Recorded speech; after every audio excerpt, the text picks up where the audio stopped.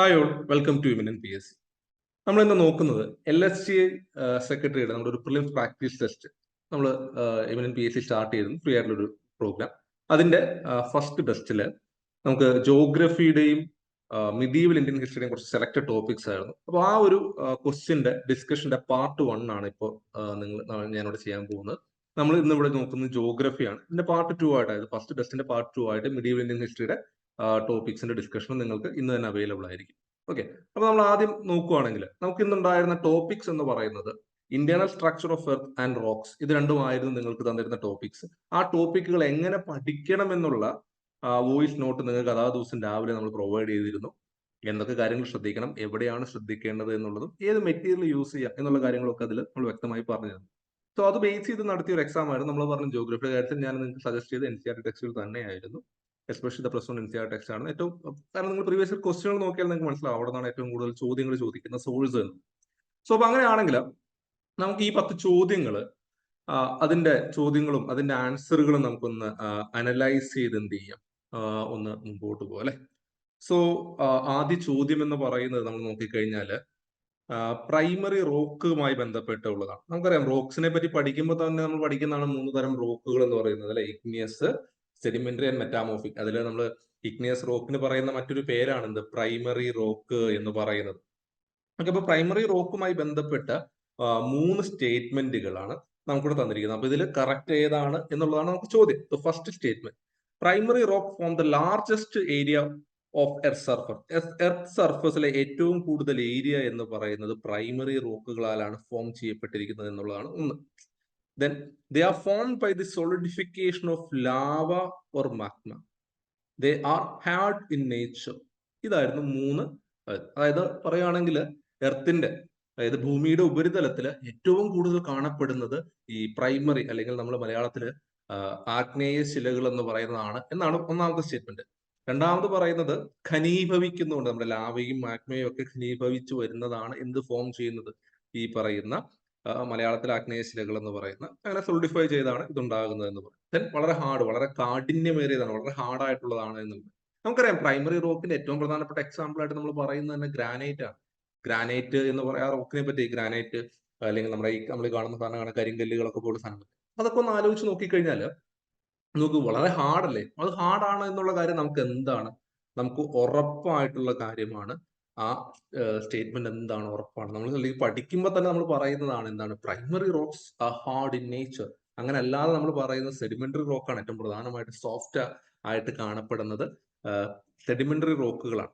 അപ്പൊ തന്നെ ജസ്റ്റ് നമ്മൾ ഈ സ്റ്റേറ്റ്മെന്റുകളുള്ള ചോദ്യങ്ങൾ നോക്കുന്ന സമയത്ത് 1, 2, 3 നോക്കിയിട്ട് നിങ്ങൾ ഓപ്ഷൻസ് എലിമിനേറ്റ് ചെയ്ത് പോകുന്നതാണ് നല്ലത്. ഇതുണ്ടോ, നിങ്ങൾക്ക് ഓൾറെഡി നിങ്ങൾക്ക് ഫസ്റ്റ് ഓപ്ഷൻ അങ്ങ് എലിമിനേറ്റ് ചെയ്ത് കളയാം. ഓക്കെ, അപ്പൊ എല്ലാവരും ചോദിക്കും ഫസ്റ്റ് സ്റ്റേറ്റ്മെന്റിൽ നിന്നല്ലേ വരണ്ടേ? ഫസ്റ്റ് സ്റ്റേറ്റ്മെന്റിൽ നിന്ന് തന്നെയാണ് വരേണ്ടത്. പക്ഷെ ഞാൻ വേറൊന്നും കൊണ്ടല്ല, പെട്ടെന്ന് വായിക്കുമ്പോൾ നമുക്ക് പെട്ടെന്ന് സ്ട്രൈക്ക് ചെയ്യുന്ന പോയിന്റ് ഏതാണോ അത് കറക്റ്റ് ആണോ അല്ലയോ എന്ന് നോക്കി അങ്ങ് പോവുക എന്നുള്ളത് കൊണ്ട് മാത്രമാണ് കേട്ടോ അങ്ങനെ പറഞ്ഞത്. Then they are formed by the solidification of lava and magma.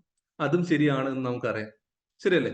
അതും ശരിയാണ് എന്നറിയാം. കാരണം എന്താണ്, നമുക്ക് പറയേണ്ടത്, നമ്മൾ പഠിച്ചിരിക്കുന്നത് തന്നെയാണ്. പ്രൈമറി റോക്ക് എന്ന് പറയാൻ കാരണം എന്താണ്, ആദ്യം ഉണ്ടായതാണ്. ശരിക്കും പറഞ്ഞാൽ ഉരുകിയ അവസ്ഥയിൽ അല്ലെങ്കിൽ അങ്ങനെ നിന്ന ആ എർത്ത് തണുത്ത് സോളിഡിഫൈ ചെയ്ത് ഇന്ന് കാണുന്ന വിധത്തിൽ നമുക്കൊരു സോളിഡ് ആയിട്ടുള്ള ഒരു ശിലാ രീതിയിലുള്ള എർത്തിന്റെ സർഫസ് ഉണ്ടായെന്നാ പറയും. അപ്പോൾ ഈ പ്രൈമറി റോക്ക് എന്ന് പറയുന്നത് ലാവ തണുത്തുറഞ്ഞുണ്ടായതാണ്, ആദ്യമുണ്ടായ റോക്കുകളും. അതുകൊണ്ടാണ് നമ്മൾ പ്രൈമറി റോക്ക് എന്നൊക്കെ പറയുന്നത്. അപ്പൊ രണ്ടാമത്തെ സ്റ്റേറ്റ്മെന്റും എന്താണ്, ശരിയാണ്. ഇപ്പൊ നിങ്ങൾ ആൻസറിലോട്ട് നോക്കി, 1ഉം 3. അപ്പൊ ഇതും എന്താണ്, ഒഴിവാക്കാൻ, ഇതിൽ 2 ഇല്ല. സോ നമുക്കപ്പോ ആൻസർ എന്ന് പറയുന്നത്, ഇനി നമ്മുടെ ചോദ്യം എന്ന് പറയുന്നത് താഴെ പറഞ്ഞിരിക്കുന്നതിനകത്ത് ഇനി ബി ആണോ ഡി ആണോ എന്നുള്ള, അതായത് ഒന്നാമത്തെ സ്റ്റേറ്റ്മെന്റ് ശരിയാണോ തെറ്റാണോ എന്നുള്ളത് കൂടിയാണ് ഇനി അറിയേണ്ടത്. Primary rock form the largest area of earth surface. ഇതാണ് അടുത്ത ചോദ്യം. അപ്പൊ ഇതിന്റെ പ്രശ്നം എന്താണെന്ന് വെച്ച് കഴിഞ്ഞാൽ, നമ്മൾ എർത്തിന്റെ സർഫസ് എന്ന് പറയുന്നത് എർത്തിന്റെ ഈ ഉപരിതലമാണ്, അല്ലെങ്കിൽ ഈ നമ്മൾ ഈ കാണപ്പെടുന്ന ഈ സർഫസ്, സോയിലും മണ്ണും ഒക്കെ കാണപ്പെടുന്ന അതിനെയാണ് നമ്മൾ സർഫസ് എന്ന് പറയുന്നത്. എർത്തിന്റെ ക്രസ്റ്റ് എന്ന് പറയുന്നത് ഈ സോയിലിനൊക്കെ താഴെ കാണുന്ന വളരെ പാറ കൊണ്ടുള്ള ആ ഏറ്റവും റോക്കി ആയിട്ട് അല്ലെങ്കിൽ ഹാർഡ് ആയിട്ടുള്ള ആ ശിലകൾ കൊണ്ട് ഫോം ചെയ്ത എർത്തിന്റെ ഔട്ടർ സർഫസിനെ, ഈ മുകളിൽ സോയിലൊന്നും ഇല്ലാതെ കാണപ്പെടുന്ന ഹാർഡ് ആയിട്ടുള്ള പോർഷനെയാണ് നമ്മൾ എന്തെന്ന് പറയുന്നത്, ക്രസ്റ്റ് എന്ന് പറയുന്നത്. അപ്പൊ ക്രസ്റ്റും സർഫസും എന്ന് പറയുന്നത് തമ്മിൽ വ്യത്യാസമുണ്ട്. ക്രസ്റ്റ് എന്ന് പറയുന്നത് ആ ഹാർഡായിട്ടുള്ള പ്രോസസും അതിന്റെ മുകളിൽ പിന്നെ എന്തുണ്ട്, നമുക്ക് ഈ സോയിൽ എല്ലാം കിടക്കുന്നത്, അവിടെയാണ് നമ്മൾ സർഫസ് എന്ന് പറയുന്നത്. ഓക്കെ. അപ്പോ ഈ എർത്തിന്റെ സർഫസിൽ ഏറ്റവും കൂടുതൽ കാണപ്പെടുന്ന ഏകദേശം ഒരു 70-75% നമുക്ക് കാണാൻ കഴിയുന്ന സെഡിമെന്ററി റോക്കുകളാണ് എർത്തിന്റെ സർഫസിൽ ഏറ്റവും കൂടുതൽ. പക്ഷെ ചോദ്യം എർത്തിന്റെ ക്രസ്റ്റിൽ എന്നായിരുന്നെങ്കിൽ, എർത്തിന്റെ ക്രസ്റ്റിൽ ഏറ്റവും കൂടുതൽ എന്താണ്, പ്രൈമറി റോക്ക്. കാരണം ഞാൻ അത് ആദ്യം പറഞ്ഞ ഈ ഒരു ഉരുകിയ അവസ്ഥയിൽ നിന്ന് ഒരു മോൾട്ടൻ ബോഡി ആയിരുന്ന എർത്ത് തണുത്ത് സോളിഡിഫൈ ചെയ്ത് ഹാർഡർ സർഫസ് ഉള്ളതായിട്ട് മാറി. അങ്ങനെ ആ ഹാർഡർ സർഫസ് ആയിട്ട് മാറിയപ്പോ ഔട്ടർ ലെയർ തണുത്ത് എന്തായി, പ്രൈമറി റോക്കുകൾ, ഇഗ്നിയസ് റോക്കുകൾ അങ്ങനെ ഉണ്ടായി എന്ന് പറയപ്പെടുന്നത്. അപ്പോ ക്രസ്റ്റ് എന്നുള്ളതായിരുന്നെങ്കിൽ ശരിയായിരുന്നു, പക്ഷേ നമ്മളോട് പറഞ്ഞ സർഫസ് എന്ന സർഫസിൽ ഏതാണ്, സെഡിമെന്ററി റോക്ക് ആണ്. So the first statement wrong ആണ്. ആൻസർ എന്ന് പറയുന്നത് ബി ആണ്. ഇതാണ് നമ്മുടെ ആൻസർ എന്ന് പറയുന്നത്. 2 and 3 ഓൺലി എന്നുള്ളതാണ് നമ്മുടെ ആൻസർ. അത് ക്ലിയർ ആയി എന്ന് ഞാൻ വിശ്വസിക്കുന്നു. നമുക്ക് അടുത്ത ക്വസ്റ്റ്യനിലോട്ട് നമ്മൾ മൂവ് ചെയ്ത് കഴിഞ്ഞാൽ നമ്മളതൊരു മാച്ച് ദ ഫോളോയിങ് ആണ്. ഇതിപ്പോ റീസെന്റ് കഴിഞ്ഞ വർഷം UPSC-യുടെ പാറ്റേൺ, കഴിഞ്ഞ മുമ്പത്തെ വർഷമാണ് UPSC ഈ പാറ്റേൺ കണ്ടുപിടിച്ചത്. കഴിഞ്ഞ വർഷം എന്ത് ചെയ്തു, നല്ല രീതിയിൽ ചോദ്യങ്ങൾ ചോദിച്ചു. ഇപ്പൊ PSC-യിലും കേരള PSC-യിലും ഈ രീതിയിലുള്ള ചോദ്യങ്ങൾ മുൻകാലങ്ങളിൽ നടന്ന, ഇപ്പൊ അടുത്തിടെ നടന്ന ഡിഗ്രി ലെവൽ എക്സാമിൽ നമ്മൾ കണ്ടതാണ്. ഈ പേരുകൾ വെച്ചിട്ടുള്ള ചോദ്യങ്ങൾ, ഇതേ രീതിയിലുള്ള ചോദ്യങ്ങൾ PSC-യുടെ നിങ്ങൾ കണ്ടതാണ്. അല്ലെങ്കിൽ നിങ്ങൾ പ്രീവിയസ് ക്വസ്റ്റ്യൻ നോക്കിയാൽ അത് കാണാനായിട്ട് കഴിയും. ഓക്കെ. അപ്പൊ ഇതൊരു അത്ര ടഫ് ആയിട്ടുള്ള ക്വസ്റ്റ്യൻ അല്ല, പക്ഷെ ഇതിന്റെ ഓപ്ഷനുകൾ ഈ 4 അറിഞ്ഞാൽ മാത്രമേ നമുക്ക് ഇത് ചെയ്താൽ. അതാണ് ഈ ക്വസ്റ്റ്യൻ ഏറ്റവും വലിയ ഡിഫിക്കൽറ്റി എന്ന് പറയാം. മാർബിൾ ഒരു മെറ്റാമോർഫിക് റോക്ക് ആണ് അല്ലെ? എന്തിൽ നിന്നാണ്? ലൈം സ്റ്റോണിന്റെ മെറ്റാമോർഫൈസ്ഡ് വേർഷൻ ആണ് ഏത്. എന്താണ് മെറ്റാമോർഫിക് റോക്ക് എന്ന് പറഞ്ഞാൽ? ഇഗ്നിയസ് റോക്ക് എന്ന് പറഞ്ഞാൽ ലാവ അല്ലെങ്കിൽ മാഗ്മ തണുത്തുറഞ്ഞുണ്ടാകുന്നു. പിന്നെ ഈ കല്ലുകൾ പൊടിഞ്ഞ് അല്ലെങ്കിൽ ഈ റോക്കുകൾ പൊടിഞ്ഞു, ശിലകൾ പൊടിഞ്ഞുണ്ടാകുന്ന സെഡിമെന്റുകൾ അടിഞ്ഞുകൂടി ഉണ്ടാകുന്ന സെഡിമെന്ററി റോക്ക് അല്ലെങ്കിൽ അവസാദ ശിലകൾ എന്ന് നമ്മൾ പറയും. ഇനി ഈ ഓൾറെഡി ഉള്ള ഏതെങ്കിലും റോക്ക് അതിന് മുകളിൽ ടെമ്പറേച്ചറിന്റെയോ പ്രഷറിന്റെയോ ഇൻഫ്ലുവൻസ് കാരണം, താപമർദ്ദ വ്യതിയാനങ്ങൾ കാരണം അല്ലെങ്കിൽ അതിന്റെ ഇൻഫ്ലുവൻസ് കാരണം മറ്റൊന്നായിട്ട് മാറുന്നതിനെയാണ് നമ്മൾ എന്താ പറയുക, മെറ്റാമോർഫിക് റോക്സ് അല്ലെങ്കിൽ മലയാളത്തിൽ കായാന്തരിക ശിലകൾ എന്ന് പറയും. ഓക്കെ. അപ്പൊ അങ്ങനെ ആ ഒരു ഇൻഫ്ലുവൻസിൽ മാറുന്നതിനാണ് മെറ്റാമോർഫിക്. അപ്പൊ ലൈം സ്റ്റോണിന്റെ മെറ്റാമോർഫൈസ്ഡ് വേർഷൻ, അതായത് ഒരു ലൈം സ്റ്റോണിൽ മെറ്റാമോർഫിസ് സംഭവിച്ചത്, that will lead to the formation of marble എന്നുള്ളതാണ്. അതുപോലെ തന്നെ ഗ്രാനൈറ്റിന്റെ മെറ്റാമോർഫൈസ്ഡ് വേർഷൻ ആണ് ഇത് നീസ് എന്ന് പറയുന്നത്. അപ്പൊ ഇങ്ങനെ ഓരോന്നും എന്തുണ്ട്, മെറ്റാമോർഫിക് സംഭവിക്കുന്നത് ഏറ്റവും കോമൺ എക്സാമ്പിളുകളാണ്. ദെൻ ബസാൾട്ട് എന്ന് പറയുന്നത് ഒരു ഇഗ്നിയസ് റോക്ക് ആണ്. ബസാൾട്ട് എന്ന് പറയുന്നത് നിങ്ങൾ എവിടെയെങ്കിലും കേട്ടിട്ടുള്ള സാധനങ്ങളായിരിക്കും, ഒബ്വിയസ്ലി വായിച്ചിട്ടുള്ളത്. കാരണം ഗ്രാനൈറ്റ്, ബസാൾട്ട് ഇതെല്ലാം വളരെ പ്രധാനപ്പെട്ട ഇഗ്നിയസ് റോക്കുകളാണ്. അതിൽ ഈ നിങ്ങൾ സിയാൽ ഓർ സിമ എന്ന എർത്തിന്റെ ഇന്റീരിയർ പഠിക്കുന്നുണ്ടല്ലേ, സിയാൽ ആൻഡ് സിമ എന്ന്. സിയാൽ എന്ന് പറയുന്നത് എർത്തിന്റെ കോണ്ടിനെന്റിൽ കാണപ്പെടുന്ന പ്രധാനപ്പെട്ട, കാരണം സിലിക്കയും അലൂമിനിയവും ഒക്കെ കൂടുതലായിട്ട് കാണപ്പെടുന്നത് കൊണ്ടും ഓഷ്യൻ ഫ്ലോറുകളെ നമ്മൾ സിമ എന്ന് പറയുന്നത് കാരണം അവിടെ കൂടുതലായിട്ട് സിലിക്കയും മഗ്നീഷ്യവുമാണ് കാണപ്പെടുന്നത്. ആ സിലിക്കയും മഗ്നീഷ്യവും കൂടുതൽ കാണപ്പെടുന്ന ഓഷ്യൻ ഫ്ലോറിന്റെ ഏറ്റവും പ്രധാനമായിട്ട് കാണപ്പെടുന്ന ആ ഒരു റോക്ക് എന്ന് പറയുന്നത്, അല്ലെങ്കിൽ ഈ മഗ്നീഷ്യം കമ്പോണന്റ് കൂടുതലുള്ള ഒരു ഇഗ്നിയസ് റോക്കാണ് ഏത്, ബസാൾട്ട് എന്ന് പറയുന്നത്. വോൾക്കാനിക് ഇറപ്ഷൻ ഒക്കെ ഉണ്ടാകുമ്പോൾ കൂടുതലും പുറത്തേക്ക് വരുന്ന ഈ ബസാൾട്ട് കൈൻഡ് ഓഫ് റോക്കുകളാണ്. ഓക്കെ. അപ്പൊ ബസാൾട്ട് എന്ന് പറയുന്ന ഒരു ഇഗ്നിയസ് റോക്ക് ആണ്. ഇത് നിങ്ങൾ വായിച്ചിട്ടുള്ള കാര്യങ്ങൾ തന്നെയായിരിക്കും. നീസ്, അല്ലെങ്കിൽ ഞാൻ ക്ലാസ്സിൽ പറഞ്ഞിട്ടുണ്ട്. നീസ് എന്ന് പറയുന്നത് ഒരു ഇഗ്നിയസ് റോക്ക് ആണോ എന്ന് ചോദിച്ചു കഴിഞ്ഞാൽ അല്ല. ഞാനിപ്പോ കുറച്ചു മുമ്പ് പറഞ്ഞല്ലേ ഉള്ളൂ അല്ലെ, മെറ്റാമോർഫിക് റോക്ക് ആണ് എന്നുള്ളത്. കാരണം ഗ്രാനൈറ്റിന്റെ മെറ്റാമോർഫിക് വേർഷൻ ആണ് എന്നുള്ളതാണ്. അപ്പൊ ഇത് തെറ്റാ. ഇനി നമ്മൾ നോക്കിക്കഴിഞ്ഞാല് ലൈം സ്റ്റോൺ എന്ന് പറയുന്നത് സെഡിമെന്ററി റോക്ക് ആണ് എന്നുള്ളത്. ലൈം സ്റ്റോൺ സെഡിമെന്ററി റോക്ക് ആണെന്ന് ഞാൻ ഓൾറെഡി പറഞ്ഞു അല്ലെ, സെഡിമെന്ററി റോക്ക് ആണ് എന്നുള്ളത്. അപ്പൊ നമുക്ക് ഇതിനകത്ത് നോക്കി 1, 2, 3 പേര്. ഇതിന്റെ ഡി ഓപ്ഷൻ ആ സൈഡിൽ മുകളിൽ കിടപ്പുണ്ട്, സ്ക്രീൻ വലുതായാണ് നിങ്ങൾക്ക് കാണാൻ. ഡി എന്ന് പറയുന്നത് ഓൾ ദ 4 പെയേഴ്സ് എന്നുള്ളതാണ് ഇതിന്റെ 4ാമത്തെ ഓപ്ഷൻ കേട്ടോ. ഓൾ ദി 4 പെയേഴ്സ് എന്നുള്ള 4ാമത്തെ ഓപ്ഷൻ അപ്പുറം മുകളിൽ കിടപ്പുണ്ട്, വലുതാക്കിയപ്പോൾ കാണാതെ പോയതാണ്. പക്ഷെ ആൻസർ എന്ന് പറയുന്നത് ഓൺലി 3 പെയേഴ്സ് എന്ന് പറയുന്ന ഇതാണ് ആൻസർ ആയിട്ട് വരുന്നത്. ഓക്കെ. സോ അപ്പോൾ ഈ 2 ചോദ്യങ്ങൾ, ഇത് രണ്ടും നമുക്ക് നോക്കിക്കഴിഞ്ഞാൽ ഏത് ടോപ്പിക്കുമായിട്ട് കണക്ട് ചെയ്തായിരുന്നു? ഇത് രണ്ടും നമുക്ക് റോക്കുമായി ബന്ധപ്പെട്ട ചോദ്യമായിരുന്നു. അടുത്തതും എന്താണ്, റോക്കുമായി കണക്ട് ചെയ്തൊരു ചോദ്യം തന്നെയാണ് എന്നുള്ളതാണ്. Okay. Which of the following is not a characteristics of sedimentary rock? ഈ പറയുന്നതിൽ ഏതാണ് സെഡിമെന്ററി റോക്കിന്റെ ക്യാരക്ടറിസ്റ്റിക്സ് അല്ലാത്തത്? ഓക്കെ. സെഡിമെന്ററി റോക്ക് നമ്മൾ പറഞ്ഞു, സെഡിമെന്റുകൾ അടിഞ്ഞുകൂടി ഉണ്ടാകുന്നതാണ്. അതിനൊരു ലെയേർഡ് സ്ട്രക്ചർ ഉണ്ട് അല്ലേ? കാരണം ഇങ്ങനെ സെഡിമെന്റുകൾ ഇങ്ങനെ അടിഞ്ഞ് വീഴുന്നുണ്ട്. ഒരു ലെയേർഡ് സ്ട്രക്ചർ നമുക്ക് കാണാൻ കഴിയും. സെഡിമെന്റൽ റോക്കിന് ലെയേർഡ് സ്ട്രക്ചർ ഉണ്ട്. പ്രസൻസ് ഓഫ് ഫോസിൽ ശരിയാണ്. കാരണം ഈ സെഡിമെന്റുകൾ അടിയുമ്പോൾ അതിനിടയിൽ ഈ ആനിമൽസിന്റെയോ പ്ലാന്റ്സിന്റെയോ റിമൈൻസ് വന്ന് കിടന്നു കഴിഞ്ഞാൽ അത് പിന്നീട് ഫോസിലായിട്ട് മാറും. അതുകൊണ്ട് തന്നെ ഈ ഫോസിൽ ഫ്യൂവൽസ്, നമ്മുടെ പെട്രോളിയം, കോളും നാച്ചുറൽ ഗ്യാസസും പോലുള്ള ഫോസിൽ ഫ്യൂവൽസ്, പെട്രോളിയം കാണാൻ കഴിയുന്നതും സെഡിമെന്ററി റോക്കുകളിലാണ്. നിങ്ങൾ ആലോചിച്ചു, ഒരു ഇഗ്നിയസ് റോക്കിൽ നിങ്ങൾക്ക് ഒരിക്കലും ഫോസിൽ കാണാൻ കഴിയില്ല. കാരണം ലാവ അല്ലെങ്കിൽ മാഗ്മ തണുത്തുറയുന്ന എർത്തിന്റെ അകത്ത് എന്ന് പറഞ്ഞ ഈ ചൂടായ ഉരുകിയ റോക്ക്, അതിനകത്ത് എങ്ങനെയെങ്കിലും ഒരു ആനിമലിന്റെയോ പ്ലാന്റിന്റെയോ റിമൈൻസ് വരാൻ പറ്റുമോ? ഇനി ഇൻ കേസ് ഒന്നും വന്ന് വീണാൽ തന്നെ എന്ത് ചെയ്യും? ദൂരിയെങ്കില്ലാതായി പോകും. സോ ഒരിക്കലും ഫോസിൽ നമുക്ക് ഇതിൽ കാണാനായിട്ട് കഴിയില്ല. You cannot find the presence of fossil in the igneous rocks. Okay, അപ്പോൾ പ്രസൻസ് ഓഫ് ഫോസിൽസ് ഇവിടെ ഉണ്ട്. ദെൻ പ്രസൻസ് ഓഫ് ക്രിസ്റ്റൽസ്, ഇത് ഇഗ്നിയസ് റോക്കിൽ നമ്മൾ പറയുന്നതാണ്. ഇഗ്നിയസ് റോക്സ് സോളിഡിഫൈ ചെയ്തു വരുമ്പോൾ അതിനുണ്ടാകുന്ന ക്രിസ്റ്റലൈൻ സ്ട്രക്ചർ എന്ന് പറയുന്നത് സാവധാനം തണുത്തുറയുന്ന, എർത്തിന്റെ അകത്ത് വെച്ച് സാവധാനം തണുത്തുറയുന്ന പ്ലൂട്ടോണിക് റോക്കുകളാണെങ്കിൽ അതിനകത്ത് വലിയ ക്രിസ്റ്റലുകളും മറ്റേ പുറത്തു വെച്ച് വളരെ പെട്ടെന്ന് തണുത്തുറയുന്ന, സർഫസിൽ വന്ന് വളരെ പെട്ടെന്ന് തണുത്തുറയുന്ന എക്സ്ക്ലൂസീവ് റോക്കുകളാണെങ്കിൽ അതിൽ നമുക്ക് പറയുന്നത് ചെറിയ ക്രിസ്റ്റലൈൻ സ്ട്രക്ചറുകളുമാണ് എന്നുള്ളതാണ്. അപ്പോൾ ആ ഒരു സ്റ്റേറ്റ്മെന്റ് ആണ് ഇതിൽ തെറ്റ്. Varying grain size and composition. Grain size എന്ന് പറഞ്ഞാൽ ചെറിയ ചെറിയ തരികൾ, ഈ മണൽ തരികളും ഒക്കെ ഈ സോയിൽ റോക്കി കാണില്ലേ, അത് വളരെ വേരി. നിങ്ങളൊരു സെഡിമെന്ററി റോക്ക് എടുത്ത് ഒരു മണൽക്കല്ല, അതിനകത്ത് ഈ വലിപ്പത്തിലുണ്ടാവും, ഈ വലിപ്പത്തിലുണ്ടാവും, പല വലിപ്പത്തിലുള്ളത് കാണും. അതുപോലെ ഡിഫറെന്റ് കോമ്പോസിഷൻ ആണ്, അതിനകത്ത് പല പല ഇതിന്റെ മിക്സുകൾ കാണും. കാരണം കുറച്ച് ഇഗ്നിയസ് റോക്കിൽ നിന്ന് പൊടിഞ്ഞു വന്ന് നടക്കുന്ന സാധനങ്ങൾ കാണും, കുറച്ച് സെഡിമെന്ററി റോക്കിൽ നിന്ന് തന്നെ വന്നുണ്ടാവും, കുറച്ച് മെറ്റാമോർഫിക്. അതുകൊണ്ട് തന്നെ വളരെ വേരിയിങ് കോമ്പോസിഷനുമാണ് എന്നുള്ളതാണ്. So the third one is the that means the correct answer, അതായത് ഇൻകറക്റ്റ് ക്യാരക്ടറിസ്റ്റിക്സ്. ഓക്കെ, സോ ഈ 3 ചോദ്യങ്ങളായിരുന്നു നിങ്ങളുടെ ഇന്നലത്തെ ടെസ്റ്റിൽ നിങ്ങൾക്ക് റോക്ക് എന്ന് പറയുന്ന ടോപ്പിക്കിൽ നിന്ന് ചോദിച്ചത്. ഇനിയുള്ളതെല്ലാം ഇന്റീരിയർ ഓഫ് എർത്തുമായി ബന്ധപ്പെട്ടാണ്. അപ്പൊ ഇന്റീരിയർ ഓഫ് എർത്തുമായി ബന്ധപ്പെട്ടാണ് എന്ന് പറഞ്ഞിട്ട് നിങ്ങൾ അടുത്ത കാണുന്ന ചോദ്യം നിങ്ങൾ നോക്കിക്കഴിഞ്ഞാൽ ചോദിക്കും വോൾക്കാനിക് ഇറപ്ഷൻ അല്ലേ? പക്ഷെ വോൾക്കാനിക് ഇറപ്ഷനുമായി ബന്ധപ്പെട്ടാണ് എങ്കിലും ഈ ചോദ്യം എന്തുകൊണ്ടാണ് ഞാൻ ഇന്റീരിയർ ഓഫ് എർത്ത് എന്ന് പറയുന്നത്, നിങ്ങൾ NCERT ടെക്സ്റ്റ് വായിക്കുമ്പോൾ ഈ പോർഷൻ നിങ്ങളുടെ ടെക്സ്റ്റിൽ എനിക്ക് തോന്നുന്നു 2ാമത്തെ ചാപ്റ്ററിലാണ് കയറി വരിക. ആ ചാപ്റ്ററിൽ എർത്തിന്റെ ഇന്റീരിയറിനെ പറ്റി പഠിക്കുമ്പോൾ അതിന്റെ സോഴ്സുകളെ പറ്റി പറയുന്നുണ്ട്. ആ സോഴ്സുകളിലാണ് ഇത് ഏത് പറയുന്നത് നമ്മൾ പഠിക്കുന്ന വോൾക്കാനിസവും എർത്തിക്വിക്സും പഠിക്കുന്നത്. അതുകൊണ്ടാണ് ഞാനത് ഈ topic related to the internal structure of earth എന്നുള്ള PSCക്ക് പ്രീവിയസ് ഇയർ ക്വസ്റ്റ്യനുകളും ആ ഭാഗം കണക്ട് ചെയ്ത് ചോദിച്ചിട്ടുണ്ട്. ഓക്കെ, ഇതിനകത്ത് വെക്കുന്നത് which of the following is not a factor contributing to the volcanic eruption. ഇതിൽ ഏത് കാരണമാണ് വോൾക്കാനിക് ഇറപ്ഷൻ ഉണ്ടാകാതിരിക്കുക? ഓക്കെ, വോൾക്കാനിക് ഇറപ്ഷൻ ഉണ്ടാകുന്ന കാരണങ്ങൾ ഏതാണെന്ന് ഐഡന്റിഫൈ ചെയ്താൽ അതല്ലാത്ത കണ്ടുപിടിക്കുക. അതാണ് നമ്മുടെ ചോദ്യം. ലിത്തോസ്ഫിറിക് പ്ലേറ്റ് മൂവ്മെന്റ്, നമ്മുടെ ടെക്ടോണിക് പ്ലേറ്റ് മൂവ്മെന്റ് അല്ലെ, വലിയ രീതിയിൽ നമുക്ക് എന്തുണ്ടാവുന്നുണ്ട് വോൾക്കാനിക് ഇറപ്ഷൻ. ഒന്ന് ആലോചിച്ച് നോക്കി, നമ്മുടെ ഡൈവേർജിങ് പ്ലേറ്റ് മാർജിൻ ഇവിടെ കണ്ടിന്യൂസ്ലി ഇത് ഇറപ്റ്റ് ചെയ്യുന്നത് എന്തുകൊണ്ടാണ്? ഈ പ്ലേറ്റ് അകന്നു പോകുന്നതുകൊണ്ടാണ്. ഇനി അല്ലെങ്കിൽ കൺവേർജിങ് പ്ലേറ്റ് മാർജിൻ ആലോചിച്ച് നോക്ക്, ഈ നമ്മുടെ പസഫിക്കിന്റെ ഭാഗങ്ങളിലൊക്കെ വോൾക്കാനിക് ഇറപ്ഷൻസ് ഉണ്ടാവുന്നത് അതുകൊണ്ടല്ലേ. അപ്പൊ അതെന്താണ്? ശരിയായിട്ടുള്ളതാണ്. റൈസിംഗ് മാഗ്മ ഫ്രം എസ്തനോസ്ഫിയറിൽ നിന്ന് മുകളിലോട്ട് ഉയർന്നു വരുന്ന മാഗ്മ ഈ പറയുന്ന വെന്റുകളിലൂടെ പുറത്തോട്ട് വരുമ്പോൾ എന്ത് ചെയ്യുന്നു? That will lead to the volcanic eruption.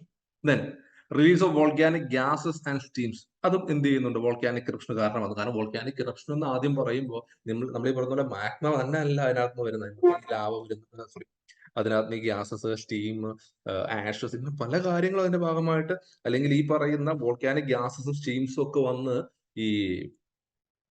ഈ വോൾക്കാനോട് അവിടെ വന്നിരുന്ന് ഇങ്ങനെ പ്രഷറൈസ് ചെയ്ത് അതിന്റെ എക്സ്പ്ലോഷൻ കാരണം വലിയ എക്സ്പ്ലോസീവ് ഇറപ്ഷൻസ് വരെയൊക്കെ എന്ത് ചെയ്യാറുണ്ട്? സംഭവിക്കാറുണ്ട് എന്നുള്ളതാണ്. അപ്പൊ ആ 3 സ്റ്റേറ്റ്മെന്റും എന്താണ്? കറക്റ്റ് ആണ്. 4ാമത് ചേഞ്ച് ഇൻ ബാരോമെട്രിക് പ്രഷർ, അത് യൂഷ്വലി നമ്മുടെ അറ്റ്മോസ്ഫിയറിക് പ്രഷറാണ്. അറ്റ്മോസ്ഫിയർ പ്രഷറാണ് ഈ ബാരോമെട്രിക് പ്രഷർ നമ്മൾ ഇത് വെച്ചിട്ട് മെഷർ ചെയ്യുന്നത്. അതിനെന്തില്ല? ഇതിനകത്ത് വലിയൊരു ഇൻഫ്ലുവൻസ് ഇല്ല എന്നുള്ളതാണ്. സോ ആൻസർ എന്ന് പറയുന്നത് 4th വൺ ആണ്. ഓക്കെ, അപ്പോ ഈ ചോദ്യം നമ്മൾ എന്തായിരുന്നു? വോൾക്കാനിസവുമായി ബന്ധപ്പെട്ട ചോദ്യമായിരുന്നു. ഇനി അടുത്തതും നമ്മൾ നോക്കുവാണെങ്കിൽ ഈ പറയുന്ന വോൾക്കാനിസവുമായി ബന്ധപ്പെട്ട ചോദ്യമാണ്. 2 ഭാഗത്തായിട്ടാണ് കിടക്കുന്നത്. Deccan trap is an example of shield volcano, composite volcano, fissure eruption and caldera volcano. 4 എണ്ണമാണ് പറഞ്ഞിരിക്കുന്നത് അല്ലെ? അപ്പൊ നിങ്ങൾ ശരിക്കും NCERT ടെക്സ്റ്റ് വായിച്ച ആള് അതിനകത്ത് വരുമ്പോൾ സാധാരണ കാണുന്ന shield volcano, composite volcano, flood basalt province, അല്ലെങ്കിൽ കാൽഡറ, ഇങ്ങനെ 4 എണ്ണം വരും. അപ്പൊ ഷീൽഡ് വോൾക്കാനോ എന്ന് പറയുന്നത് നമ്മുടെ ഹവായിയൻ വോൾക്കാനോ ഒക്കെ അതിന് എക്സാമ്പിൾ ആണ്. വളരെ സാവധാനം വന്ന് ഇങ്ങനെ സ്പ്രെഡ് ആയിട്ട് പോകുന്ന ഒരു വോൾക്കാനിക് ഇറപ്ഷന്റെ ഫലമായിട്ട് ഉണ്ടാകുന്നതാണ്. അങ്ങനെ ഒരു ഷീൽഡ് അല്ല, ഒരു സ്ലോപ്പി ആയിട്ടുള്ള ഒരു ഷീൽഡ് അല്ല ഡെക്കാൻ ട്രാപ്പ് എന്ന് പറയുന്നത്. ദെൻ കോമ്പോസിറ്റ് വോൾക്കാനോ വലിയൊരു എക്സ്പ്ലോസീവ് ഇറപ്ഷന്റെ ഫലമായിട്ട് ഉണ്ടാകുന്നതാണ്. ഇതങ്ങനെ ഉണ്ടായതുമല്ല. കാൽഡറ എന്ന് പറയുന്നത് വലിയ എക്സ്പ്ലോഷന്റെ ഭാഗമായിട്ട് വലിയൊരു ഡിപ്രഷൻ തന്നെ ഉണ്ടാവും, വലിയൊരു കുഴി പോലെ വലിയൊരു ഗർത്തം ക്രിയേറ്റ്, അങ്ങനെ ഉണ്ടാകുന്നതാണ് കാൽഡറ എന്ന് പറയുന്നത്. അതുമല്ല, ഇത് ശരിക്കും ഒരു ഫിഷർ ഇറപ്ഷൻ വഴി ഉണ്ടാകുന്ന ഒരു ഫ്ലഡ് ബസാൾട്ട് പ്രൊവിൻസിന്റെ എക്സാമ്പിൾ ആണ് ഡെക്കാൻ ട്രാപ്പ് എന്ന് പറയുന്നത്. ഫിഷർ എന്ന് പറയുന്നത്, നമ്മൾ ഈ വോൾക്കാനോ എന്ന് പറയുന്നത് നമ്മൾ ഈ കാണുന്ന പോലെ ഒരു മൗണ്ടൻ പോലെ നിന്ന് അതിന്റെ മുകളിൽ നിന്ന് മാത്രമല്ല വോൾക്കാനിക് ഇറപ്ഷൻ ഉണ്ടാകുക. വോൾക്കാനിക് ഇറപ്ഷൻ ഉണ്ടാകുക എന്നത് എർത്തിന്റെ സർഫസിൽ വലിയൊരു വിടവ് പോലെ, നീളത്തിലുള്ള ഒരു വലിയൊരു വിടവ് പോലെ ഫിഷർ എന്നാ പറയും. ആ ഫിഷറിലൂടെ വോൾക്കാനിക് ഇറപ്ഷൻ സംഭവിച്ചു കഴിയുന്നതിനെയാണ് ഫിഷർ വോൾക്കാനിക് ഇറപ്ഷൻ. അത് യൂഷ്വലി പ്ലാസിഡ് ഇറപ്ഷൻ എന്നുള്ള പറയും. അതായത് ഒരു എക്സ്പ്ലോഷന്റെ പൊട്ടിത്തെറിയോടെ വരും. അങ്ങനെ അല്ലാതെ വളരെ സാവധാനം അകത്ത് നിന്നുള്ള മാഗ്മ പുറത്തു വന്ന് ഇങ്ങനെ ലാവ ഇങ്ങനെ സ്പ്രെഡ് ആയി. അതാണ് ഫിഷർ ഇറപ്ഷൻ എന്ന് പറയുന്നത്, അല്ലെങ്കിൽ ഫിഷർ വോൾക്കാനോ എന്ന് പറയുന്നത്. അതുപോലുള്ള അതിൽ വളരെ പ്ലാസിഡ് ആയിട്ടുള്ള വളരെ സാവധാനമായിട്ടുള്ള ഇറപ്ഷൻ ആണ് സംഭവിക്കുക. അങ്ങനെയുള്ള ഇറപ്ഷൻ വഴിയാണ് എന്തുണ്ടായിരിക്കുന്നത്, നമ്മുടെ ഫ്ലഡ് ബസാൾട്ട് പ്രൊവിൻസിന് എക്സാമ്പിൾ ആയിട്ടുള്ള ഡെക്കാൻ ട്രാപ്പ് എന്ന് പറയുന്നത്. ഇപ്പൊ അവിടെ ഒരു വോൾക്കാനോ ഒന്നുമില്ല. ഇത് ഏകദേശം 60 മില്യൺ വർഷങ്ങൾക്ക്, 60 ദശലക്ഷ വർഷങ്ങൾക്ക് മുമ്പ്, അതായത് ഇന്ന് നമ്മൾ കാണുന്ന ഇന്ത്യയില്ലേ, ആ ഇന്ത്യ ഉണ്ടാകുന്നതിന് മുമ്പ്, ഇത് വായിച്ചിട്ടുള്ളവർക്ക് അറിയാൻ പറ്റും. അതായത് നമ്മൾ ഈ പറയുന്ന പ്ലേറ്റ് മൂവ്മെന്റുകളെ പറ്റി, അതായത് ഇൻഡോ ഓസ്ട്രേലിയൻ പ്ലേറ്റും യുറേഷ്യൻ പ്ലേറ്റും കൂട്ടിയിടിച്ച് ഇന്ത്യ ഉണ്ടായെന്നാ പറയുന്നത്. അപ്പൊ ആ പ്ലേറ്റ് മൂവ് ചെയ്യുന്ന കാലഘട്ടത്തിൽ ഏകദേശം 60 മില്യൺ വർഷങ്ങൾക്ക് മുമ്പ് ഈ ഇന്ത്യയുടെ ഈ ഭാഗം, നമ്മുടെ ഈ ഡെക്കാൻ എന്ന് പറയുന്ന നമ്മുടെ മഹാരാഷ്ട്ര മധ്യപ്രദേശിന്റെ ആ ഒരു ഭാഗമല്ലേ, ആ ഭാഗം ഏകദേശം ഇക്വേറ്ററിന്റെ അടുത്ത് എത്തിയപ്പോൾ അവിടെ വെച്ചുണ്ടായ വോൾക്കാനിക് ഇറപ്ഷന്റെ ഫലമായിട്ട് അതൊരു ഹോട്ട്സ്പോട്ടാണ്. ഈ ഹോട്ട്സ്പോട്ടൊക്കെ എന്താണെന്ന് ഞാൻ പറയാൻ പോയി കഴിഞ്ഞാൽ അത് വീണ്ടും ഒരുപാട് ലെങ്തി ആയിരിക്കും. ഓക്കെ, അതൊരു ഹോട്ട്സ്പോട്ടാണ്. അതിന്റെ ഭാഗമായിട്ട് ഉണ്ടായ കണ്ടിന്യൂസ്ലി വോൾക്കാനിക് ഇറപ്ഷൻ സംഭവിച്ചു. അതിന്റെ ഭാഗമായിട്ട് അവിടെ ഈ ബസാൾട്ട് എന്ന് പറയുന്ന റോക്ക് ഡെപ്പോസിറ്റ് ചെയ്യുകയും അങ്ങനെയാണ് ഡെക്കാൻ ട്രാപ്പ് ഉണ്ടായത്. ഈ ട്രാപ്പ് എന്ന് പറയുന്നതിന്റെ വേർഡിന്റെ മീനിങ് എന്ന് പറയുന്നത് ശരിക്കും പറഞ്ഞാൽ ട്രാപ്പായി കിടക്കുന്നില്ല, സ്റ്റെപ്പ് ലൈക്ക് സ്ട്രക്ചർ എന്ന. കാരണം പല സീരീസ് ഓഫ് ഇറപ്ഷൻ ഉണ്ടായിട്ട് ഇങ്ങനെ ലെയർ ആയിട്ട് ഈ ബസാൾട്ട് അടിഞ്ഞു കൂടി.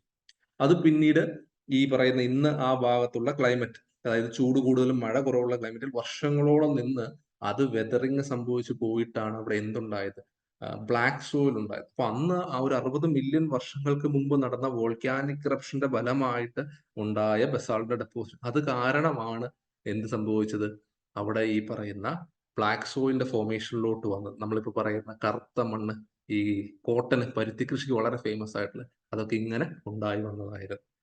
സോ അടുത്ത നമ്മൾ നോക്കിയാൽ the intensity of an earthquake. എർത്തിക്വിക്കിന്റെ ഇന്റൻസിറ്റി നമ്മൾ എന്ത് വെച്ചിട്ടാണ്, the amount of energy release. Amount of energy release എന്തിനായിരുന്നു, എമൗണ്ട് ഓഫ് എനർജി റിലീസ് വെച്ചിട്ട് ആ എർത്തിക്വിക്ക് വരുമ്പോൾ ഉണ്ടാകുന്ന വേവ് ആണ് നമ്മൾ മനസ്സിലാക്കുക. ആ വേവ് വെച്ചിട്ട് എന്താണ്, മാഗ്നിറ്റ്യൂഡ് ആണ്. അതായത് എത്രമാത്രം എനർജി റിലീസ് ചെയ്തു എന്ന് വെച്ചിട്ട് നമ്മൾ പറയുന്ന മാഗ്നിറ്റ്യൂഡ്, റിച്ചർ സ്കെയിൽ വെച്ചിട്ട് 6.2 ഇങ്ങനെയൊക്കെ വരുന്നുണ്ട്. അത് മാഗ്നിറ്റ്യൂഡ് ആണ് മെഷർ ചെയ്യുന്നത്. അപ്പൊ അതല്ല. ഡെപ്ത് ഓഫ് ദി ഫോക്കസ് അല്ല. Distance from the epicentral, answer damage. കാരണം ഒരു എർത്തിക്വിക്കിന്റെ ഇന്റൻസിറ്റി പറയുന്നത് അത് എത്ര മാത്രം ഡാമേജ് ഉണ്ടാക്കി, നമ്മുടെ സ്ഥലത്ത് വിസിബിൾ ആയിട്ട് കാണുമ്പോൾ എത്ര മാത്രം ഡാമേജ് ഉണ്ടാക്കി എന്ന് വെച്ചിട്ടാണ് എന്ത് പറയുന്നത്, ഇന്റൻസിറ്റി പറയുന്നത്. അപ്പൊ ഡാമേജ് കോസ്ഡ് വെച്ചിട്ടാണ് പറയുന്നത്. അതിന് നമ്മൾ യൂസ് ചെയ്യുന്നത് മെർക്കാലി സ്കെയിലാണ്. മെർക്കാലി സ്കെയിൽ നമ്മൾ യൂസ് ചെയ്യുന്നത് മെർക്കാലി സ്കെയിലാണ്. എന്താണ് ഒരു മിനിറ്റ്.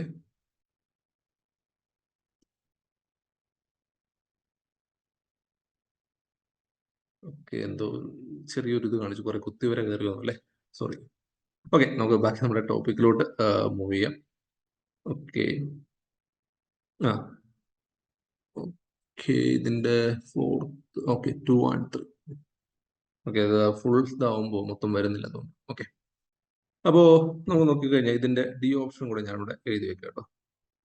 2 and 3 ഓൺലി, ഇതാണ് ഡി ഓപ്ഷൻ. ഓക്കെ, സോ അപ്പൊ നമ്മൾ നോക്കുകയാണെങ്കിൽ which of the following type of seismic waves matches with their character. അടുത്തൊരു മാച്ച് ഫോളോയിങ് ആണ് ചോദ്യം. P wave.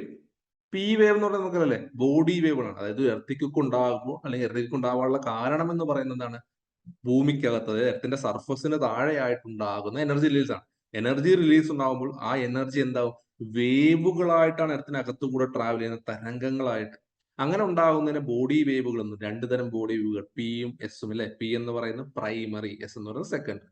ഈ പ്രൈമറി സെക്കൻഡറി ബോഡി വേവുകൾ എർത്തിന്റെ സർഫസിലെത്തി സർഫസിനെ വൈബ്രേറ്റ് ചെയ്യിക്കുമ്പോൾ സർഫസിൽ ജനറേറ്റ് ചെയ്യുന്നതാണ് ഏതെന്ന് പറയുന്നത് സർഫസ് വേവുകൾ എന്ന് പറയുന്നത്. അപ്പൊ അതിനെ പറ്റിയാണ് നമ്മളിവിടെ പറയുന്നത്. P wave create no shadow zone. Body വേവുകളായിട്ടുള്ള പിയും എസും രണ്ടും ഷാഡോ സോണുകൾ ക്രിയേറ്റ്. ഷാഡോ സോൺ എന്ന് പറയുന്നത് വേറെ ഒന്നുമല്ല, ഒരു എർത്തിക്കൊക്കെ ഉണ്ടാവുമ്പോൾ എർത്തിന്റെ ചില ഭാഗങ്ങളിൽ മാത്രം ആ വേവുകൾ എത്തില്ല, അതിനെയാണ് ഷാഡോ സോൺ എന്ന് പറയുന്നത്. അത് പി വേവും എസ് വേവും ക്രിയേറ്റ് ചെയ്യുന്നുണ്ട്. പക്ഷേ പി വേവിന്റെ shadow zone is much smaller than that of S wave എന്നുള്ളതാണ്. ഷാഡോ സോൺ പറയുമ്പോൾ ഒരുപാടുണ്ട്, അതുകൊണ്ടാണ് ജസ്റ്റ് അത് മാത്രം പറഞ്ഞത്. ഓക്കെ, അപ്പോ ഇത് തെറ്റാണ്. S wave can travel through solid and liquid medium. നമുക്കറിയാം എസ് വേവിന് സോളിഡിലൂടെ മാത്രമേ ട്രാവൽ ചെയ്യാൻ കഴിയൂ. P wave can travel through solid and liquid medium. കാരണം എസ് വേവ് ഈ പറയുന്ന ലിക്വിഡിലൂടെ പോകില്ല എന്നുള്ളത് കൊണ്ടാണ് എന്ത് സംഭവിക്കുന്നത്, എസിന് വലിയ ഷാഡോ സോൺ വരുന്നത്. കാരണം ഔട്ടർ കോറിലൂടെ കടന്നു പോകാൻ കഴിയുന്നില്ല എന്നുള്ളതുകൊണ്ട്. നമ്മൾ ഈ സബ്ജക്റ്റിനെ പറ്റി അല്ലെങ്കിൽ ടോപ്പിക്ക് തീരെ അറിയില്ലാത്ത ഒരാൾക്ക് പലതും കേൾക്കുമ്പോൾ പുതിയതായിട്ട് തോന്നും. നമുക്കൊരു ടെസ്റ്റിന്റെ ഒരു ആൻസർ ആണ് പറയുന്നത്, അതുകൊണ്ട് തന്നെ ഒരുപാട് എക്സ്പ്ലനേഷനിലേക്ക് പോകാനുള്ള സ്കോപ്പ് കൂടെ ഇല്ലാത്തതുകൊണ്ടാണ് ഞാൻ മിനിമൽ ആയിട്ട് പറഞ്ഞു പോകുന്നത് കേട്ടോ. Okay, the third one, surface wave causes maximum damage on earth surface. അത് ശരിയാണ്. കാരണം ഈ ബോഡി വേവ് സർഫസ് വേവുകൾക്കും അല്ലെങ്കിൽ എർത്തിക് വേവുകളിൽ ദ മോസ്റ്റ് ഡിസ്ട്രക്റ്റീവ് വേവ് എന്ന് പറയുന്ന സർഫസ് വേവ്. കാരണം സർഫസിലെത്തി ആ സർഫസിൽ അത് മൂവ് ചെയ്യുന്ന അല്ലെങ്കിൽ സർഫസിൽ ഉണ്ടാക്കുന്ന വൈബ്രേഷനുകൾ. കാരണം ഈ ബോഡി വേവുകൾ ബോഡിക്ക് അകത്തുകൂടെ പോകുമ്പോൾ അത് വൈബ്രേറ്റ് ചെയ്യും. ആ വേവുകൾ സർഫസിലെത്തി സർഫസിനെ പിന്നെ വൈബ്രേറ്റ് ചെയ്യുന്നത്, അതിങ്ങനെ ഈ സർഫസിനെ ഇങ്ങനെ മുകളിലോട്ട് താഴോട്ട് ഈ രീതിയിലാണ് അത് വൈബ്രേറ്റ് ചെയ്യുന്നത്. അപ്പോൾ ഇങ്ങനെ ഒരു സോയിങ് ആക്ഷൻ, ഇങ്ങനെ ഒരു എടുത്തിടുന്ന ഒരു ആക്ഷനിലാണ് അത് വലിയ രീതിയിൽ ഡിസ്ട്രക്ഷന് അവിടെ കാരണമാകുന്നതായിട്ട് നമുക്ക് കാണാനായിട്ട് കഴിയും എന്നുള്ളതാണ്. ഓക്കെ, ഇത് ഈ പറയുന്ന ഈ രണ്ടാമത്തത് തെറ്റാണ് എന്നുള്ളത് നിങ്ങൾക്ക് എല്ലാവർക്കും അറിയാവുന്നതാണ്. ഈ രണ്ട് സ്റ്റേറ്റ്മെന്റുകൾ ആ ടോപ്പിക് വായിച്ചിട്ടുള്ള എല്ലാവർക്കും അറിയാവുന്നതാണ്. അല്ലെങ്കിൽ ഈ മൂന്നാം സ്റ്റേറ്റ്മെന്റ് കറക്റ്റ് ആണെന്ന് വളരെ കോമൺ നോളജ് ആണ് ഈ ടോപ്പിക് പഠിച്ചിട്ടുള്ളത്. അതുകൊണ്ട് തന്നെ വളരെ ഈസി ആയിട്ടുള്ള ഒരു ചോദ്യമായിട്ട് തന്നെ നമുക്ക് ഇത് എന്ത് ചെയ്യാം, കൺസിഡർ ചെയ്യാവുന്ന ഒരു ചോദ്യമാണ് കേട്ടോ. ദെൻ നമുക്ക് എട്ടാമത്തെ ചോദ്യത്തിലോട്ട് പോയി കഴിഞ്ഞാൽ ഇത് നമുക്ക് ഇന്റേണൽ സ്ട്രക്ചർ, എർത്തിന്റെ ഇന്റേണൽ സ്ട്രക്ചറിനെ പറ്റിയുള്ള ഒരു ചോദ്യമാണ്. ഓക്കെ, ഇൻകറക്റ്റ്, ശ്രദ്ധിക്കണം, ഇൻകറക്റ്റ് ആണ് നമ്മുടെ ചോദ്യം. Crest is the thinnest and coolest layer. അത് നമുക്കറിയാം, ക്രസ്റ്റ് ആണ് ഏകദേശം ഒരു ആവറേജ് 30 കിലോമീറ്റർ, 5 to 35 കിലോമീറ്റർ ആണ് തിക്നെസ്. മാക്സിമം പോയാൽ 100 കിലോമീറ്റർ വരെയൊക്കെ തിക്നെസ് വരാം. മൗണ്ടനുകളുടെ ഭാഗത്ത് 70 കിലോമീറ്റർ വരെയൊക്കെയാണ് വരുന്നത്. പിന്നെ താഴോട്ട് നോക്കിക്കഴിഞ്ഞാൽ മാൻഡിൽ എന്നൊക്കെ പറയുമ്പോൾ 2700 കിലോമീറ്ററോളം, 2900 കിലോമീറ്ററോളം താഴോട്ട് വരും. പിന്നെ അതിനും താഴെ നമുക്ക് കോറ് കാണാം. അതിനൊക്കെ തിക്നെസ് വളരെ കൂടുതലാണ്. അതുകൊണ്ട് ഏറ്റവും തിന്നസ്റ്റ് ലെയർ ആണ് ഇതെന്ന് പറയുന്നത്.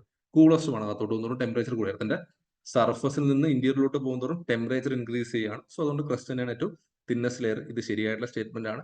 The outer core is solid iron nickel alloy. അതാണ് നിൽക്കട്ടെ.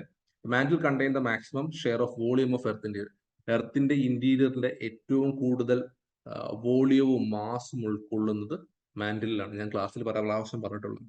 Asthenosphere is A major source of volcanic eruption. ഇതും പറഞ്ഞിട്ടുള്ള കാര്യം, അല്ലെങ്കിൽ നിങ്ങൾക്ക് അറിയാവുന്ന വായിച്ചിട്ട്. കാരണം ഈ എസ്തനോസ്ഫിയർ എന്ന് പറഞ്ഞ ഉരുകിയ അവസ്ഥയിൽ റോക്ക് കാണപ്പെടുന്നതാണ്. ആ ഉരുകിയ അവസ്ഥയിലുള്ള റോക്കാണ് വോൾക്കാനിക് ഇറപ്ഷൻ പുറത്തേക്ക് വരുന്ന ലാഭ. അപ്പൊ അവിടെ നിന്നാണ് ഇത് പ്രധാനമായിട്ടും വരുന്നത്. ദെൻ ഔട്ടർ കോർ എന്ന് പറയുന്നത് ഏതവസ്ഥയിലാണ്? ഔട്ടർ കോർ ലിക്വിഡ് സ്റ്റേറ്റിൽ നിൽക്കുന്ന അയൺ നിക്കൽ അലോയ് ആണ്. സോ ഇതാണ് തെറ്റായിട്ടുള്ള സ്റ്റേറ്റ്മെന്റ്. സോ നമ്മുടെ ആൻസർ എന്ന് പറയുന്നത് അത് ബി ആണ്. ഓക്കെ, അപ്പോൾ ഈ പറഞ്ഞ പോയിന്റുകൾ ഓൾമോസ്റ്റ് എല്ലാം നിങ്ങൾക്ക് അറിയാവുന്ന കാര്യങ്ങളാണ്.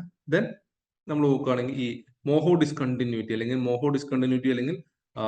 മൊഹറോവിക് ഡിസ്കണ്ടിന്യൂറ്റി എന്ന് പറയുന്നത് അല്ലെ, ഈ ഡിസ്കണ്ടിന്യൂറ്റി എന്നുള്ള സാധനങ്ങള് നിങ്ങൾ നോക്കുകയാണെങ്കിൽ ഈ സീസ്മിക് ഡിസ്കണ്ടിന്യൂറ്റി എന്ന് പറയുന്നത്, അതായത് സീസ്മിക് ഡിസ്കണ്ടിന്യൂറ്റി എന്ന് പറയുന്നത് എർത്തിക്യൂട്ട് വേവുകള് ഈ എർത്തിന്റെ ഇന്റീരിയറിലൂടെ ട്രാവൽ ചെയ്യുമ്പോൾ വളരെ പെട്ടെന്ന് അതിന്റെ വെലോസിറ്റിയിൽ വളരെ പെട്ടെന്ന് ചേഞ്ച് ഉണ്ടാവും. അതായത് പെട്ടെന്ന് പോകുമ്പോൾ പെട്ടെന്ന് വെലോസിറ്റി കൂടുന്നു, കുറയുന്നു. ചില ഭാഗങ്ങളിൽ വളരെ പെട്ടെന്ന് ഈ പറയുന്ന വെലോസിറ്റിയിൽ ചേഞ്ച് ഉണ്ടാവും. അങ്ങനെ ആ ചേഞ്ച് ഉണ്ടാകുന്ന ആ ഭാഗങ്ങളെയാണ് നമ്മൾ ഡിസ്കണ്ടിന്യൂ. കാരണം എന്തുകൊണ്ടാണെന്ന് വെച്ചാൽ ഈ വെലോസിറ്റിയിൽ ചേഞ്ച് ഉണ്ടാകാനുള്ള കാരണം അവിടെ ഉണ്ടാകുന്ന അതിന്റെ കോമ്പോസിഷൻ ചേഞ്ച് ആണ്. അതായത് കുറച്ചുകൂടെ ഇതായിട്ട് പറഞ്ഞു കഴിഞ്ഞാൽ, സിമ്പിൾ ആയിട്ട് പറഞ്ഞു കഴിഞ്ഞാൽ, ഈ എർത്തിന്റെ ഡെൻസിറ്റി മാറുമ്പോൾ അതിലൂടെ ട്രാവൽ ചെയ്യുന്ന എർത്തിക് വേവുകളുടെ വെലോസിറ്റി മാറും. അതായത് എർത്തിന്റെ ഡെൻസിറ്റി കൂടുമ്പോൾ അതിലൂടെ ട്രാവൽ ചെയ്യുന്ന എർത്തിക് വേവുകളുടെ വെലോസിറ്റി കൂടും. അപ്പൊ എർത്തിന്റെ ഇന്ത്യയിലൂടെ പോകുമ്പോൾ ചില ഭാഗത്ത് ഒരു സ്ഥലത്ത് നിന്ന് പെട്ടെന്ന് അടുത്ത സ്ഥലത്തോട്ട് ചെല്ലുമ്പോഴേക്കും വളരെ പെട്ടെന്ന് ഇതിന്റെ വെലോസിറ്റി കൂടുകയോ കുറയുകയോ ചെയ്യും. അപ്പൊ അവിടെ വെച്ച് എന്ത് ചെയ്തു? എർത്തിന്റെ ഡെൻസിറ്റി മാറി, എർത്തിന്റെ കോമ്പോസിഷനിൽ വ്യത്യാസം വന്നു എന്നാണ്.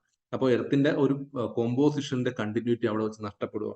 അപ്പോൾ ആ സ്ഥലങ്ങളെയാണ് നമ്മൾ ഡിസ്കണ്ടിന്യൂറ്റീസ്. ഇപ്പൊ ഫോർ എക്സാമ്പിൾ നിങ്ങൾ കോറും മാൻഡിലും ആലോചിച്ച് നോക്കും. കോറിൽ നിന്ന് മാൻഡിലോട്ട് വരുമ്പോഴേക്കും ഡെൻസിറ്റി പെട്ടെന്ന് കൂടുന്നുണ്ട്. അപ്പൊ അതിന്റെ ബൗണ്ടറിയിൽ വെച്ച് പെട്ടെന്ന് എന്ത് ചെയ്യും? ഈ വെലോസിറ്റിയിൽ വേരിയേഷൻ സംഭവിക്കും. അപ്പൊ അതൊരു ഡിസ്കണ്ടിന്യൂറ്റി. ഇങ്ങനെയുള്ളതിനെയാണ് നമ്മൾ എന്ത് പറയുന്നത്? സീസ്മിക് ഡിസ്കണ്ടിന്യൂറ്റീസ് എന്ന് നമ്മൾ പറയും. അപ്പൊ അങ്ങനെയുള്ള സീസ്മിക് ഡിസ്കണ്ടിന്യൂറ്റീസ് നമ്മൾ നോക്കുമ്പോൾ നമ്മളോട് ചോദിച്ചിരിക്കുന്നത് അതിൽ ഏറ്റവും പ്രധാനപ്പെട്ട ഒന്നാണ് മൊഹറോവിക് ഡിസ്കണ്ടിന്യൂറ്റി എന്ന് പറയുന്നത്. മൊഹറോവിക് ഡിസ്കണ്ടിന്യൂറ്റിയിലെ മോഹോ ഡിസ്കണ്ടിന്യൂറ്റി എന്ന് പറയുന്നത് ക്രസ്റ്റും മാന്റിലും തമ്മിലുള്ളതാണ് ഈ പറയുന്ന മോഹോ ഡിസ്കണ്ടിന്യൂറ്റി എന്ന് പറയുന്നത്. ഇനി നമ്മൾ നോക്കിക്കഴിഞ്ഞാൽ വളരെ പ്രധാനപ്പെട്ട മറ്റൊന്ന് ഈ മാന്റിലും ഔട്ടർ കോറും തമ്മിലുള്ള ഡിസ്കണ്ടിന്യൂറ്റി എന്ന് പറയുന്നത് നിങ്ങൾ നോക്കിക്കഴിഞ്ഞാൽ ഗുട്ടൻബർഗ് ഡിസ്കണ്ടിന്യൂറ്റി എന്ന് പറയുന്ന ഒരു സാധനമാണ്. ഗുട്ടൻബർഗ് ഡിസ്കണ്ടിന്യൂറ്റി എന്ന് പറയുന്ന. ഇനിയും കുറച്ച് ഒരു 2-3 ഡിസ്കണ്ടിന്യൂറ്റി കൂടെ പറയുന്നു. അത് ഏതാണെന്ന് വെച്ച് കഴിഞ്ഞാൽ ഇപ്പൊ ഈ ഔട്ടർ കോറും ഇന്നർ കോറും തമ്മിലുള്ളവരാണ്. അതാണ് ലേമാൻ ഡിസ്കണ്ടിന്യൂറ്റി എന്ന് പറയുന്നത്. ലേമാൻ ഡിസ്കണ്ടിന്യൂറ്റി എന്നാണ്, സോറി ക്രസ്റ്റ്, ഈ പറഞ്ഞ പോലെ ഔട്ടർ ആൻഡ് ഇന്നർ കോറുകൾ തമ്മിലുള്ളതാണ് ലേമാൻ ഡിസ്കണ്ടിന്യൂറ്റി എന്ന് പറയുന്നത്. അപ്പർ ആൻഡ് ലോവർ ക്രസ്റ്റ് തമ്മിലുള്ളത് കോൺട്രാഡ് ഡിസ്കണ്ടിന്യൂറ്റി എന്ന് പറയും. കോൺട്രാഡ് ഡിസ്കണ്ടിന്യൂറ്റി എന്ന് പറയുന്നതാണ്. പിന്നെ ഈ പറയുന്ന പോലെ upper and lower മാൻഡിലുകൾ തമ്മിലുള്ളതാണ് repetitive discontinuity എന്ന് പറയുന്നത്.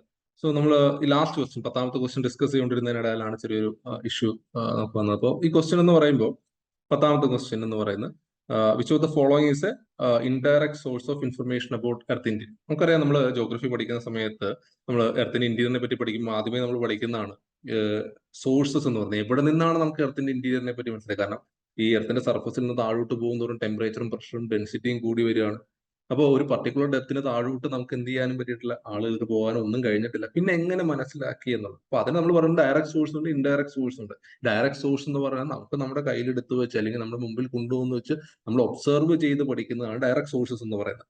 വോൾക്കാനിക് ഇറപ്ഷൻ, മൈനുകൾ, ഓയിൽ ഡ്രില്ലിംഗ് പ്രോജക്ട്സ്, ഇതെല്ലാം ആ കാറ്റഗറിയിൽ വരുന്നതാണ്. പക്ഷെ നമുക്ക് ഡയറക്ട്ലി നമ്മുടെ മുമ്പിൽ വെച്ച് ഒബ്സർവ് ചെയ്യാതെ അല്ലെങ്കിൽ അതിൽ നിന്ന് എർത്തിന്റെ ഇന്റീരിയറിനെ പറ്റി മനസ്സിലാക്കാൻ ഡയറക്ട്ലി ഒബ്സർവ് ചെയ്ത് ഇന്റീരിയറിനെ പറ്റി മനസ്സിലാക്കുക. അതായത് വോൾക്കാനിക് ഇറപ്ഷൻ വഴി നിങ്ങൾ ഒന്ന് ആലോചിച്ചോ, വോൾക്കാനിക് ഇറപ്ഷൻ വഴി എർത്തിന്റെ ഇന്റീരിയറിലുള്ള മാഗ്മ പുറത്തു വരുന്നു. ഓക്കെ, അത് ഒബ്സർവ് ചെയ്യുമ്പോൾ ഓക്കെ, എർത്തിന്റെ ഇതിന്റെ താഴെ ഈ മാഗ്മ വന്ന ഭാഗത്ത് ഇങ്ങനെയൊക്കെ സാധനങ്ങളായിരിക്കും. മൈനുകൾ ചെയ്തത് 4 കിലോമീറ്റർ 5 കിലോമീറ്റർ നിങ്ങൾ മൈൻ ചെയ്തെടുക്കുമ്പോൾ സർഫസിൽ നിന്ന് 5 കിലോമീറ്റർ താഴെ ഇതാണ്, അല്ലെങ്കിൽ 8 കിലോമീറ്റർ താഴെ ഇതാണ്.